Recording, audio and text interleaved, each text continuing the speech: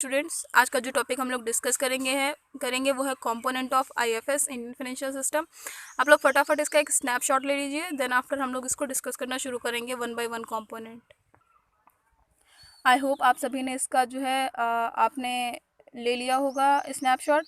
अब क्या है component of Indian financial system. जब financial system Indian financial system की हमने मीनिंग पढ़ी थी तो हम लोगों ने एक चीज़ साथ में डिस्कस करी थी, और वो जो चीज़ डिस्कस करी थी वो थी इसकी मीनिंग। और मीनिंग में क्या था? इट इज़ अ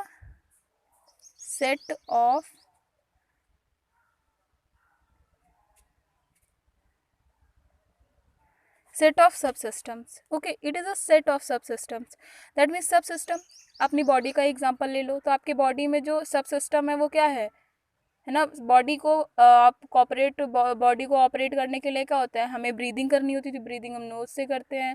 हमें कुछ खाना होता है वो हम जो है मुंह के माउथ के थ्रू खाते हैं, टेस्टिंग हम टंग के थ्रू करते हैं। तो ये सब सिस्टम्स, तो इन्हीं सब सिस्टम्स को हम स्ट्रक्चर भी बोल सकते हैं। क्या बोल सकते हैं? स्ट्रक्चर। हमारी बॉडी का जो स्ट्रक्चर है वही हमारी बॉडी के सब सिस्टम्स भी होंगे। तो हमारी बॉडी के सारे सब सिस्टम्स या बॉडी का जो कंप्लीट स्ट्रक्चर होता है वो एक सेट होता है और उस सेट को बॉडी बोलते हैं। सेम ऐसे ही फाइनेंस की सर्विसेज प्रोवाइड करने के लिए बहुत सारे सब सिस्टम्स बने हैं इंडिया में, और उन्हीं सब सिस्टम्स के स्ट्रक्चर को क्या बोलते हैं? इंडियन फाइनेंशियल सिस्टम बोलते हैं। और 4 पार्ट में डिवाइड है इंडियन फाइनेंशियल सिस्टम के components. The first one is financial institutions, another is financial market, other is financial instrument and other is financial services. तो सबसे पहले हम क्या डिस्कस करेंगे?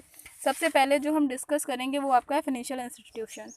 बेटा इंस्टीट्यूशन, एजुकेशन इंस्टीट्यूशन का नाम सुना है? कॉलेजेस हैं, वहाँ पे एजुकेशन प्रोवाइड होती है। तो फाइनेंशियल इंस्टीट्यूशन में भैया मेरे फाइनेंस प्रोवाइड होगा।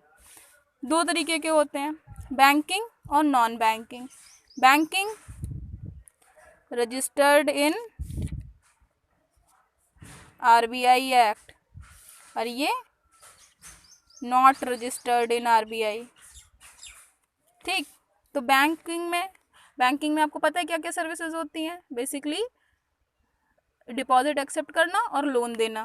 तो बैंकिंग इंस्टीट्यूशन भी 2 कैटेगरी में डिवाइड होते हैं हमारे, कॉमर्शियल और कोऑपरेटिव। कॉमर्शियल बैंक्स जो होते हैं वो बेसिकली प्रॉफिट मोटिव के लिए होते हैं, प्रॉफिट मोटिव होता है। और साथ ही में क्या होता है, ये आपकी बेसिकली सेविंग एक्सेप्ट करते हैं, है ना, आपका जो डिपॉजिट वो एक्सेप्ट करते हैं, आपको लोन देते हैं। कोऑपरेटिव दैट मीन्स अगर कभी ज़रूरत, ये कोऑपरेटिव मतलब ये ग्रुप्स होते हैं, ठीक है, और ये ग्रुप्स मिलकर के एक छोटी सी बैंक का फॉर्म कर लेते हैं। और क्या होता है इसमें कि ज़रूरत जब किसी उसी ग्रुप के मेंबर्स में जब ज़रूरत पड़ी तो क्या हुआ कि उन लोगों ने उसको दे दिया।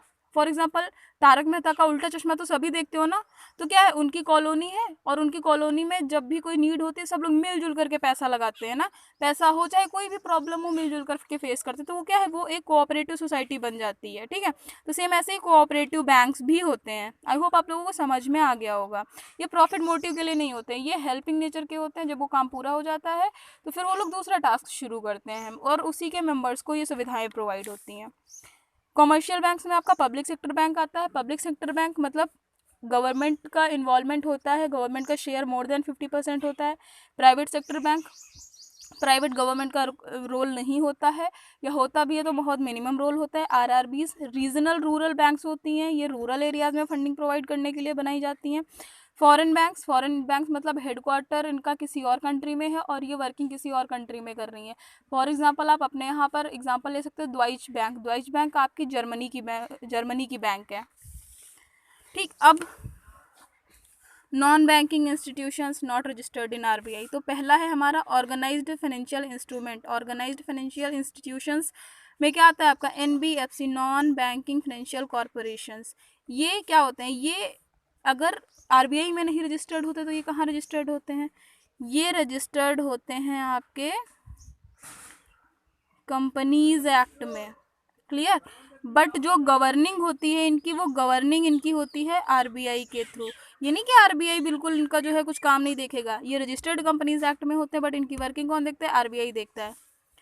Unorganised fund financial institutions, unorganised जो साहूकार होते हैं, है ना, रिलेटिव से पैसा लिया, फंडिंग कर ली, तो ये सब क्या है? ये सब आपके अनऑर्गेनाइज्ड फाइनेंशियल इंस्टीट्यूशंस हो जाते हैं ना। कुछ लोग बैठ गए ऐसे ही, कहीं कोई रजिस्ट्रेशन नहीं, आओ भैया पैसा उधार लो और इतना 2% ब्याज, ये टका ब्याज, 10% ब्याज, ये क्या है, ये सब साहूकार वगैरह करते, तो ये अनऑर्गेनाइज्ड फंड होते हैं, ठीक है। Now second component of your IFS। तो सेकेंड कॉम्पोनेंट क्या था, फाइनेंशियल मार्केट। भाई मार्केट क्या होती है, market is the place where aloo and bhindis are selling and purchases. नहीं, सिर्फ वही जगह मार्केट नहीं है जहाँ पर आलू भिंडी और ये सब मिलता है। मार्केट में का सिंपल सा मतलब होता है कि एक्सचेंज होता है। अभी सिर्फ मार्केट का मीनिंग बता रही हूँ। एक्सचेंज होता है, क्या एक्सचेंज होता है, मनी और प्रोडक्ट और सर्विस, है ना। पैसे को किससे एक्सचेंज करा जाता है, प्रोडक्ट से या सर्विस से। दैट मीन्स पैसे के बदले में प्रोडक्ट या सर्विस मिलता है, ठीक। तो फाइनेंशियल मार्केट जहाँ पर पैसे के बदले में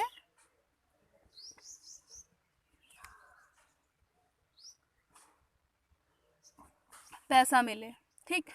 ऐसा नहीं होगा कि एक 10 का नोट लेके गए, दूसरा 10 का नोट लेके आए। आप जो पैसा लेके जाओगे ना, पैसे की वैल्यू के बराबर का आपको कोई इंस्ट्रूमेंट मिलेगा। तो वो प्लेस जहाँ पर फाइनेंशियल सिक्योरिटी सेल और परचेज करी जाती हैं, वो मार्केट हमारी फाइनेंशियल मार्केट होती है। और फाइनेंशियल मार्केट को 2 कैटेगरीज में बांटा गया है, मनी मार्केट और capital market. Money market short term market भी बोलते हैं इसको, है ना, शॉर्ट टर्म मार्केट बोलते हैं मनी मार्केट को। और कैपिटल मार्केट को आप स्टॉक एक्सचेंज और लॉन्ग टर्म मार्केट भी बोलते हैं, ठीक है। तो शॉर्ट टर्म मतलब लेस देन अ ईयर, मतलब 1 साल से कम जो सेलिंग परचेजिंग जिन सिक्योरिटीज़ की होती है वो शॉर्ट टर्म मार्केट का पार्ट होती है। और कौन कौन सी चीज़ें होती हैं यहाँ पर, कॉल मनी होता है, टी बिल्स को ही ट्रेजरी बिल्स बोलते हैं, तो ट्रेजरी बिल्स, कमर्शियल बिल्स। आप इन सब की मेच्योरिटी देखोगे तो 90 डेज और जो है 180 डेज ऐसे ही होता है। मोर देन अ ईयर कोई भी आपको ये सिक्योरिटी नहीं मिलेगी, ठीक। तो जो लेस देन अ ईयर जहाँ पर सिक्योरिटीज़ की डीलिंग होती है वो मनी मार्केट होता है। कैपिटल मार्केट में अभी मैंने बताया स्टॉक एक्सचेंज और लॉन्ग टर्म मार्केट भी बोलते हैं।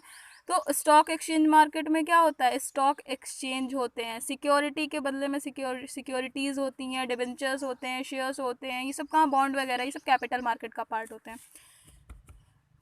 कैपिटल मार्केट 2 पार्ट्स में डिवाइडेड। आपकी प्राइमरी मार्केट को बच्चा बोलते हैं new issue, first issue market, मतलब सिक्योरिटी यहाँ पर पहली बार इशू होती है, ठीक। पहली बार जब सिक्योरिटी जहाँ पर इशू होती है वो क्या होता है, वो आपका होता है प्राइमरी मार्केट। और सेकेंडरी मार्केट क्या होता है, यही सिक्योरिटी जो प्राइमरी मार्केट में इशू हो चुकी थी, यही सिक्योरिटी जब दोबारा से खरीदना बेचना शुरू होता है तो वो सेकेंडरी मार्केट का पार्ट हो जाती है, ठीक है। और ये जब यहाँ से यहाँ पर आती है तो इसको बोलते हैं लिस्टिंग, ठीक। फटाफट से देखेंगे जो थर्ड हमारा कंपोनेंट है फाइनेंशियल इंस्ट्रूमेंट। फाइनेंशियल इंस्ट्रूमेंट का मतलब क्या होता है, टूल्स, वो टूल्स जिनको हम